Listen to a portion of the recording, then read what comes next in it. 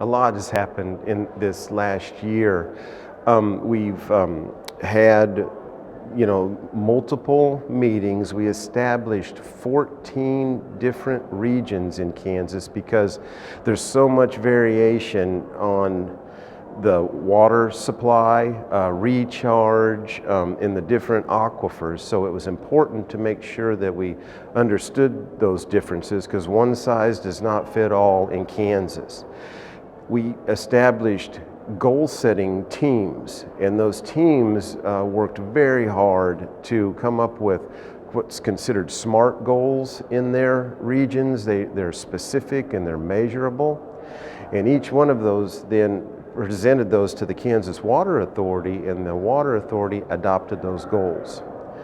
Then the next step, we established regional advisory committees. That was kind of a transition from the basin advisory committees, but these regions are not on basin boundaries, they're actually on aquifer boundaries. And so we have the 14 regional advisory committees. Those goals have been handed off to those regional advisory committees. Also with the vision, we had a number of action items to do. One of the action items was asking us then to look at our statutes and regulations to make sure that they're up to date and they truly implement what we're doing. And today we presented 4 draft rules that we're still getting feedback. It's really important that we get feedback from people, and to talk about those a little bit, sealing meters to the pipe to make sure that the integrity of our water use data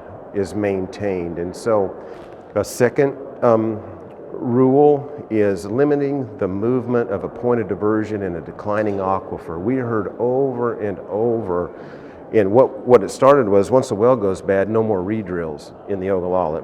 Folks didn't want their neighbor or themselves to chase water.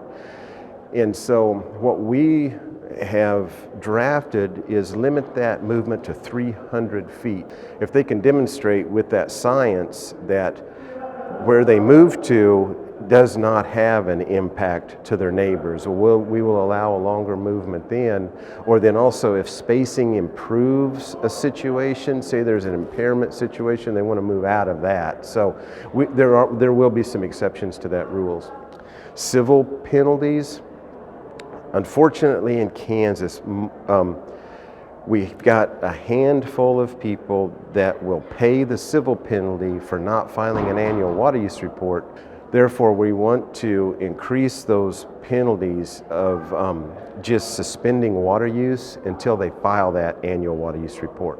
And then the fourth one is we heard so much that the civil penalties that we have in place now are not nearly high enough, and it really became a cost of doing business, whether a producer was going to overpump or tamper with their meter or something to get an advantage of more authorized quantity overpumping.